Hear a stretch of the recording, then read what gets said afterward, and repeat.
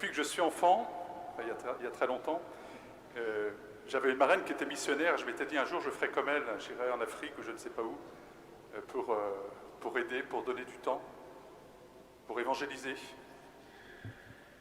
Et bien plus tard, en 1999, des amis m'amènent à Paray-le-Monial, c'est le forum des jeunes. Et là, je vois au-dessus d'un stand une phrase toute simple. « Prends 9 mois pour mettre le Christ au cœur de ta vie. Découvre la vraie joie, découvre le vrai bonheur. » C'était le stand de l'ESM qui s'appelait l'École d'évangélisation internationale à l'époque. Voilà, donc cette phrase a fait résonance en moi, a interpellé ma disponibilité pour la mission. Mais là, j'ai senti très clairement, sur l'instant, que c'était à Paray-le-Monial que j'étais appelé à venir. Non pas pour la mission, mais pour me former. Et donc, un mois après, je prenais une disponibilité professionnelle pour passer 9 mois ici à Paray-le-Monial avec une quarantaine de jeunes du monde entier. Voilà, donc je pense que cette école a été pour moi le début de ma vie de disciple. Voilà, si tant est que je sois un disciple. Mais en tout cas, j'en ai le souhait et ça a été une étape importante qui m'a... et depuis, je n'ai cessé de me remettre sur le chemin et de me remettre à la suite du Christ.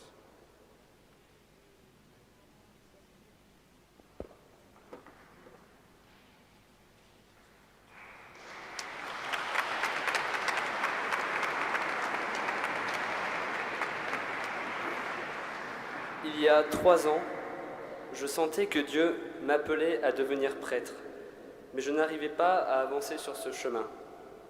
J'ai fait une retraite de discernement ici à Paray. J'ai compris que Dieu m'aimait et me demandait une réponse libre à cet amour brûlant. Il m'a aidé à lâcher mon manteau de peur et j'ai pris 1 an de discernement en Belgique qui m'a conduit au séminaire. Aujourd'hui, je suis libre et tellement heureux de le suivre chaque jour. À tous les gars ce soir qui aimeraient suivre le Christ, aie confiance, n'aie pas peur, peut-être il t'appelle.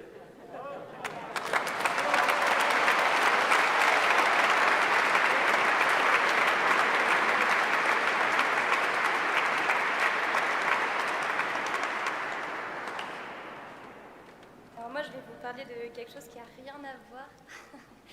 Je vais vous parler du sourire. J'avais entendu un prêtre un jour qui m'avait parlé de cette phrase de Saint François de Sales qui est assez connue. Un saint triste est un triste saint. Et ça m'avait pas mal marqué. Et puis une fois, une amie qui s'appelle Aurore, elle m'a dit qu'elle était partie en mission en Amérique du Sud. Et elle m'a dit qu'elle avait une de ses commissionnaires, de ses sœurs de mission qui était très souriante. En fait, au début de la mission, ça l'interpellait parce qu'elle souriait tout le temps. Et du coup, au bout de quelques semaines de mission, elle lui a demandé « Mais pourquoi tu souris tout le temps? C'est fou, enfin, c'est super beau que tu souris autant. » Et cette fille lui a dit « Eh ben, en fait, figure-toi que c'est pas du tout naturel. Que naturellement, j'ai un visage très très dur quand je souris pas. » Et donc une fois, elle s'en est rendue compte, cette amie était fatiguée et donc effectivement, elle avait un visage très dur, assez, pas repoussant, mais pas engageant. Et du coup, elle m'a dit ça. Et moi, ça m'a beaucoup marqué. Je me suis dit, c'est fou, du coup, elle se force à sourire pour avoir l'air aimable. Et moi, je suis parisienne. Et du coup, mon grand défi, je me suis dit, le matin, je sais pas s'il y en a qui prennent le métro de temps en temps, mais le métro, c'est vraiment pas le lieu où j'ai envie de sourire le matin. Et du coup, je me suis lancé un petit défi. Je me suis dit, en fait, tous ces moments où j'ai pas envie de sourire, je donne pas la possibilité au Christ de passer à travers moi et de dire aux autres que je suis chrétienne et je les aime. Et donc, quand j'ai pas envie de sourire, souvent j'ai cette phrase qui me revient dans le cœur, un saint triste, c'est un triste saint, et je pense à cette fille. Et je me dis qu'en fait, il faut se forcer à sourire, et qu'à force, ça viendra naturellement. Et c'est marrant parce qu'il n'y a pas longtemps, je suis allée à Combloux, chez une amie, et j'étais très marquée parce qu'en me promenant dans Combloux, tous les gens qui se connaissent ou pas, quand ils se croisent sur les chemins, ils se disent bonjour. Et du coup, ça a été mon nouveau défi du métro. Je me suis dit, c'est très beau que tout le monde se dise bonjour comme ça. Et donc, je me suis dit que moi aussi, il faudrait que je dise bonjour en rentrant dans le métro aux gens que je connais pas. Et oui, pour les Parisiens, ils comprennent. Et donc, en rentrant un matin dans une rame, j'avoue que j'ai pas eu le courage de dire bonjour. Et donc, en fait, pendant toutes ces stations qui défilaient, je me disais, allez, vas-y, sors-le, ce bonjour, souris à quelqu'un, dis quelque chose.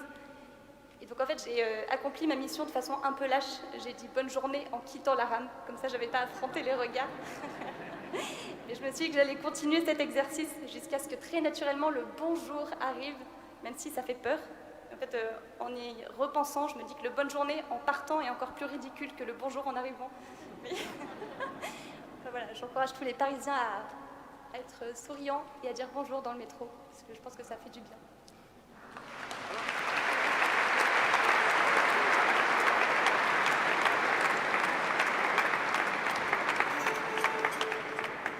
Soyons toujours joyeux et prions sans cesse. En toutes choses, rendons grâce à Dieu. Nous dans le Christ, gloire à toi, ô Seigneur notre Dieu. Soyons toujours joyeux et prions sans cesse. En toutes choses, rendons grâce à Dieu. C'est sa volonté sur nous dans le Christ. Gloire à toi.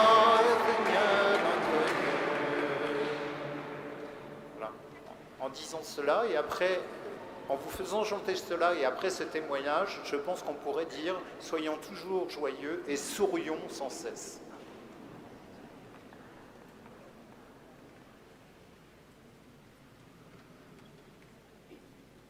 Alors moi, c'est un petit témoignage très simple sur comment j'ai pu changer mon regard sur les personnes que je rencontrais dans ma mission au Rocher, grâce au Christ. Donc je m'appelle Adélaïde, j'ai 23 ans et je suis au Rocher de Bondy. En arrivant au Rocher début septembre, on faisait que de nous répéter que le Rocher, c'était vraiment accueillir de manière inconditionnelle toute personne qui se présente à nous, donc en tout temps, en tout lieu et vraiment n'importe qui. Mais moi, il y avait des personnes avec qui j'avais un peu plus de mal, des personnes qui me renvoyaient des choses parfois désagréables, un peu insupportables. Et un jour, pendant une adoration, enfin notre adoration du matin, j'ai eu un peu ce déclic en me disant, en fait, chaque personne qui se présente à moi dans cette mission, il faut que je l'accueille comme si c'était le Christ qui venait me visiter, ou en tout cas que je vois quelque chose du Christ dans cette personne. Et en fait, ça a complètement changé mon regard sur ces personnes ensuite pendant ma mission. Et je sentais que dès que quelqu'un se présentait au Rocher ou que je croisais quelqu'un dans la rue, j'avais vraiment une posture différente et je crois que j'accueillais cette personne de manière plus chaleureuse et que mon écoute était aussi changée. Et donc, voilà.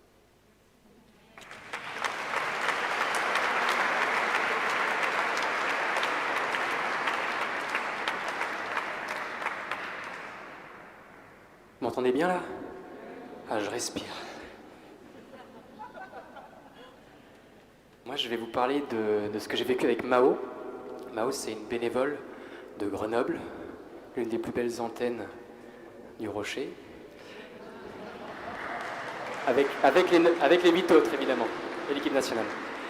Et donc, il y a des semaines, je me suis embrouillé avec Mao, et Dieu nous a rapidement donné la grâce de nous réconcilier en nous disant qu'on prendrait du temps pour apprendre à nous connaître.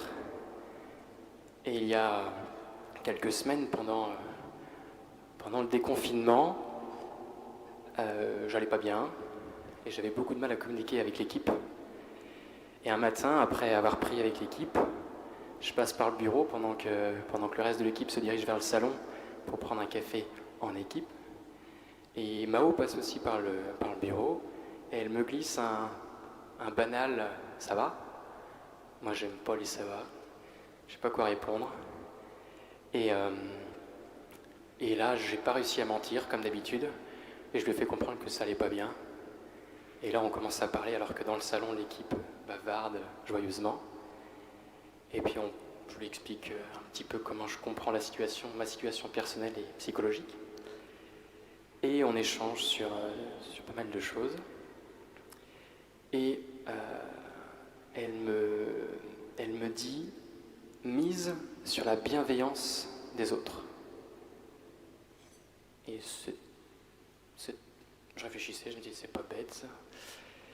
Et en me disant mais comment je vais faire quoi. Et en fait en ruminant ça, en me disant que c'était vraiment pertinent de plus en plus, en fait j'ai compris que miser sur la bienveillance des autres, c'est faire confiance à l'amour de Dieu qui passe par les autres, qui passe par l'amour des autres. Et grâce à ce petit échange avec Mao, ce petit échange dans le bureau, plus tard, pendant la mission, je me suis retrouvé dans le salon pendant un temps de partage avec l'équipe et j'ai pu déposer des choses, j'ai pu accepter mes fragilités, mes difficultés et les partager, les communiquer à l'équipe et miser sur leur bienveillance. Voilà, ça m'a beaucoup aidé.